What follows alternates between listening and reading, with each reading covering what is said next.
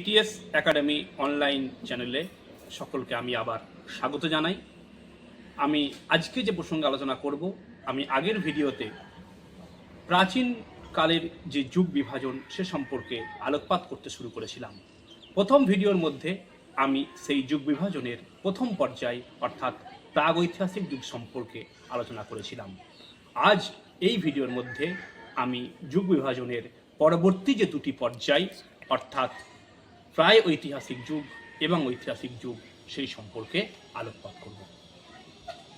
এবার আমি যে সময়কালের কথা বলবো সেটি হলো এই যুগ বিভাজনের দ্বিতীয় পর্যায় অর্থাৎ প্রায় ঐতিহাসিক যুগ। এই প্রাগৈতিহাসিক যুগ এবং ঐতিহাসিক যুগের মধ্যবর্তী পর্যায়ের যে সময়কাল সেই সময়কালটাকে বলা হচ্ছে প্রায় ঐতিহাসিক যুগ। এই সময়কালের লিপির ব্যবহার শুরু হলেও তার কিন্তু পাঠোদ্ধার করা সঠিকভাবে, মানে সেই লিপির মধ্যে কি লেখা আছে সেই পাঠোদ্ধার করা কিন্তু সম্ভব হয়নি। তাছাড়া ধাতুর ব্যবহারের সূচনা লগ্ন থেকে শুরু করে লোহার ব্যবহারের আগে পর্যন্ত এই সময়কালকে বলা হচ্ছে প্রায় ঐতিহাসিক যুগ। অর্থাৎ ধাতুর ব্যবহার শুরু হয়েছে কিন্তু লোহার ব্যবহার শুরু হয়নি। অন্যান্য ধাতু যেমন তামা, ব্রোঞ্জ এগুলি ব্যবহার শুরু হয়েছে কিন্তু লোহার ব্যবহার শুরু হয়নি। তাই এই সময়কালটাকে বলা হচ্ছে প্রায় ঐতিহাসিক যুগ। উদাহরণ হিসাবে কি বলা যায় না, ভারতবর্ষের পরিপ্রেক্ষিতে যদি এই যুগের উদাহরণ হিসাবে হরপ্পা সভ্যতার কথা বলা হয়েছে, কারণ এই সময়কালে কিন্তু হরপ্পা সভ্যতায় খনন কার্য চালনা করার ফলে বেশ কিছু লিপি আবিষ্কার করা গেছে, কিছু লিখিত তথ্য কিন্তু পাওয়া গেছে, কিন্তু দুর্ভাগ্য সেগুলোর কিন্তু পাঠোদ্ধার করা আজও সম্ভব হয়নি। তার মধ্যে কি লেখা আছে সেটা কিন্তু পাঠোদ্ধার করা সম্ভব হয়নি। আরেকটা কি না, হরপ্পা সভ্যতায় তামা এবং ব্রোঞ্জের ব্যবহার শুরু হলেও এই হরপ্পা সভ্যতায় কিন্তু লোহার ব্যবহার শুরু হয়নি। অর্থাৎ প্রায় ঐতিহাসিক যুগের যে দুটি মূল বিষয়ের কথা বলা হচ্ছে, যে লিপি আবিষ্কৃত হলেও তার পাঠোদ্ধার করা যায়নি, আর এই সময়কালে অন্যান্য ধাতুর ব্যবহার শুরু হলেও কিন্তু লোহার ব্যবহার শুরু হয়নি। কাজেই সেই দৃষ্টিভঙ্গি থেকে হরপ্পা সভ্যতা হলো প্রায় ঐতিহাসিক যুগের একটি উল্লেখযোগ্য উদাহরণ। তো এই যে প্রায় ঐতিহাসিক যুগ বলা হচ্ছে, এই যুগের কতকগুলি বৈশিষ্ট্য কিন্তু উল্লেখযোগ্য। যেমন আমি আগেই বললাম যে 1 নাম্বার, এই সময়কালে লেখার সূত্রপাত হলেও লিপির কিন্তু পাঠোদ্ধার সম্ভব হয়নি। দ্বিতীয়ত, এই সময়কালে ধাতু হিসাবে তামা এবং ব্রোঞ্জের ব্যবহার হলেও এখানে কিন্তু লোহার ব্যবহার, এই সময়কালে লোহার ব্যবহার শুরু হয়নি। আর এই সময়কালে মানুষের জীবনযাত্রা কিন্তু আগের তুলনায়, প্রাগ ঐতিহাসিক যুগের তুলনায় কিন্তু অনেকটাই উন্নত হয়েছিল।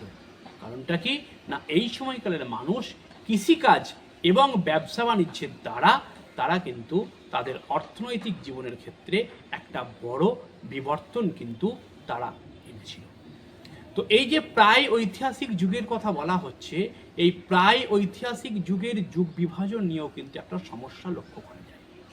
বিষয়টা কি না, মূলত ধাতুর ব্যবহারের ভিত্তিতে এই যুগকে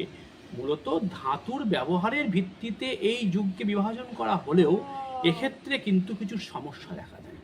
কি সমস্যা? যেমন ধরো, বলা হচ্ছে প্রস্তর যুগের পর লোহার ব্যবহারের আগে অন্যান্য ধাতুর ব্যবহার করা হয়েছে এই সময়কালে, কিন্তু যদি লক্ষ্য করা যায় যে ভারতবর্ষের সব জায়গায় কিন্তু ধাতুর ব্যবহারে বিবর্তন কিন্তু একইভাবে হয়নি। যেমন উত্তর ভারতে যে সংস্কৃতি, সেখানে লক্ষ্য করা গেছে যে পাথরের পর তামার ব্যবহার হয়েছে এবং তামার ব্যবহারের পর তারপর কিন্তু লোহার ব্যবহার হয়েছে।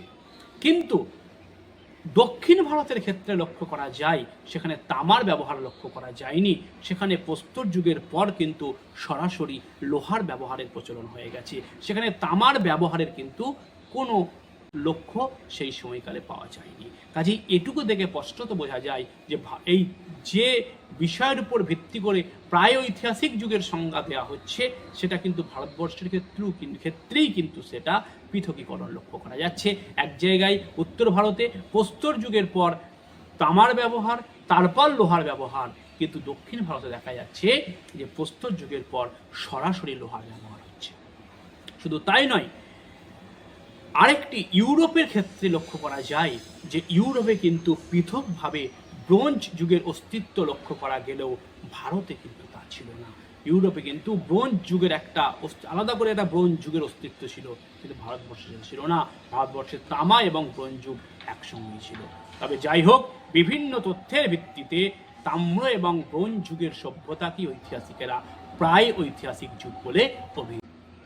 এরপর আমরা যে বিষয় সম্পর্কে আলোচনা করব সেটি হচ্ছে প্রাচীন যুগ বিভাজনের তৃতীয় পর্যায়, অর্থাৎ ঐতিহাসিক যুগ।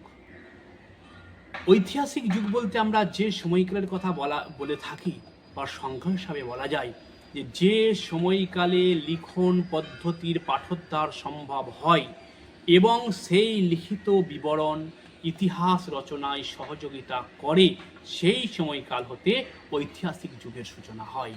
অর্থাৎ যে সময়কালে লিখন পদ্ধতি চালু আছে এবং সেই লেখার মধ্যে কি লেখা আছে তার পাঠোদ্ধার করা হয়েছে এবং যেগুলি সেই সময়কালের ইতিহাস জানতে সহযোগিতা করে, সেই সময়কালকে ঐতিহাসিক যুগের সূচনা হিসাবে মনে করা হয়, বা সেই সময়কাল হতেই ঐতিহাসিক যুগ সূচনা হয়েছে বলে মনে করা হয়। তবে একথা অবশ্য ঠিক যে বিশ্বের সব দেশে একই সময়ে লিপির ব্যবহার কিন্তু হয়নি বা বর্ণমালার আবির্ভাব হয়নি, যে কারণে সমগ্র পৃথিবীতে যে একই সময়ে ঐতিহাসিক যুগের সূচনা ঘটেছে তা কিন্তু বলা যায় না। যে কারণে এই ঐতিহাসিক যুগের সময়কাল সংক্রান্ত বিষয়ে কিন্তু ভিন্ন ভিন্ন মত লক্ষ্য করা যায়। এই যে ঐতিহাসিক যুগের কথা বলা হচ্ছে, এই যুগের সময়কাল নিয়ে বিভিন্ন মত কিন্তু উঠে আসছে। যেমন যদি এক নম্বর আমরা মিশরীয় সভ্যতা এবং সুমেরীয় সভ্যতা বা মেসোপটেমিয়া সভ্যতার পরিপ্রেক্ষিতে আমরা বিষয়টিকে ব্যাখ্যা করি, যে মিশর এবং মেসোপটেমিয়া সভ্যতার পরিপ্রেক্ষিতে বলা যায় যে দুই জায়গাতেই কিন্তু খ্রিস্টপূর্ব 3000 অব্দের পাশাপাশি সময়কালে লিপির প্রচলন শুরু হয়ে গিয়েছিল এবং সেই লিপির পাঠোদ্ধার করাও কিন্তু সম্ভবপর হয়েছিল এবং সেই লিপি থেকে কিন্তু আমরা সেই সকল দেশের রাজবংশ, রাজরাজা, সেই সময়কালে সন তারিখ সংক্রান্ত বিভিন্ন লিখিত তথ্য কিন্তু আমরা পেয়ে থাকি। তাহলে সেই অর্থে যদি আমরা দেখি, তাহলে মিশর এবং মেসোপটেমিয়ার পরিপ্রেক্ষিতে সেখানে কিন্তু ঐতিহাসিক যুগের সূচনা অনেক আগেই ঘটে গেছে। তবে ভারতবর্ষে এই ঐতিহাসিক যুগের সূচনা কখন ঘটলো তা নিয়ে কিন্তু ভিন্ন ভিন্ন মতামত লক্ষ্য করা যায়। অনেক গবেষক মনে করেন যে যেহেতু বৈদিক যুগে প্রচুর সাহিত্যের সৃষ্টি হয়েছে, বেদ সহ যে প্রাচীন বেদ ঋগ্বেদ সহ অন্যান্য বেদ এবং অন্যান্য সাহিত্য অনেকটা বৈদিক যুগের সময়কালেই লিখিত হয়েছে এবং যার ভিত্তিতে আমরা বৈদিক যুগ সম্পর্কে বিস্তারিত তথ্য পেয়ে থাকি, তাই ঐতিহাসিকেরা বলতে চাইছেন যে ভারতবর্ষে ঐতিহাসিক যুগের সূচনা কিন্তু বৈদিক আর্য যুগেই ঘটে গেছে। আবার কিছু কিছু গবেষক বলে থাকেন যে না, আর্যদের কিন্তু সে অর্থে লিপিক জ্ঞান ছিল না, বৈদিক যে সাহিত্য সেগুলি অনেক পরে লিখিত, তাই অশোকের শিলালেখ যার পাঠোদ্ধার সম্ভব হয়েছে সেটি হলো ভারতবর্ষের প্রাচীনতম শিলালেখ। তাই অশোকের সময়কাল তথা খ্রিস্টপূর্ব 3য় শতক থেকেই কিন্তু ঐতিহাসিক যুগের সূচনা হয়েছে। আবার একজন বিখ্যাত গবেষক ডক্টর দিলীপ কুমার চক্রবর্তী তিনি আবার বলছেন যে না, অশোকের শিলালেখর বহু পূর্বেই খ্রিস্টপূর্ব 5ম শতকে পাণিনি ব্যাকরণ রচনা করেছিলেন, কাজেই তার ভিত্তিতে সেই সময়কালে লিপির প্রচলন হয়ে গিয়েছিল, যে ব্যাকরণের তথ্য অর্থ কিন্তু উদ্ধার করা সম্ভব হয়েছে। কাজেই সেই ভিত্তিতে বলা যায় যে খ্রিস্টপূর্ব 6ষ্ঠ শতকের পরবর্তীতেই কিন্তু ভারতবর্ষে ঐতিহাসিক যুগের সূচনা হয়ে গেছে। আবার অপরদিকে বিখ্যাত ব্রিটিশ ঐতিহাসিক ভিনসেন্ট স্মিথ তিনি আবার ভারতবর্ষের ঐতিহাসিক যুগ সংক্রান্ত তথ্য দিতে গিয়ে তিনি বলেছেন যে উত্তর ভারতের কালানুক্রম সংকলিত ইতিহাস জানা যায়। তিনি বলছেন যে উত্তর ভারতের যে সময়কাল বা কালানুক্রম সংক্রান্ত যে ইতিহাস জানা যায় সেটি 650 খ্রিস্টপূর্বাব্দ থেকে কিন্তু প্রথম জানা যায়, যদিও দক্ষিণ ভারতেরটা আরও পরে জানা যায়। কাজেই সব দিক বিচার বিবেচনা করে তিনি বলেন যে ভারতে ঐতিহাসিক যুগের সূচনা ঘটেছিল 326 খ্রিস্টপূর্বাব্দে আলেকজান্ডারের ভারত আক্রমণের বৎসর হতে। যে আলেকজান্ডারের ভারত আক্রমণের পর থেকেই ভারত চলে যাওয়ার পর ভারতবর্ষে এখন মৌর্য যুগের সূচনা করছে, সেই সময়কাল থেকেই কিন্তু ভারতবর্ষের ঐতিহাসিক যুগের সূচনা করছে। যাই হোক, বিভিন্ন গবেষক বিভিন্ন মতামত দেওয়ার চেষ্টা করেছেন। তো মূলত যে বিষয় আমরা আজকে আলোচনা করার চেষ্টা করলাম যে ভারতবর্ষে সহ সমগ্র বিশ্বের যে প্রাচীন যুগের যে কালপঞ্জি আছে সেই কালকে বা সেই যুগকে কীভাবে বিভক্ত করা হয় সেই বিষয় সংক্রান্ত আজকে আলোচনা করলাম। আশা করি তোমাদের সকলে এই ক্লাসটি থেকে যথেষ্ট উপকার পাবে এবং প্রাচীন যুগের যুগ বিভাজন সম্পর্কে একটা স্পষ্ট ধারণা পাবে। অবশ্যই তোমরা আমাদের এই সঙ্গে থাকো, এই চ্যানেলের সঙ্গে থাকো। বেস্ট টিচিং স্কিলস একাডেমি, এই বিটিএস একাডেমির সঙ্গে তোমরা থাকো এবং এখান থেকে তোমরা পরবর্তীতে একাদশ শ্রেণীর সিলেবাস ভিত্তিক অন্যান্য টপিকের আলোচনা তোমরা শুনতে পাবে। ধন্যবাদ।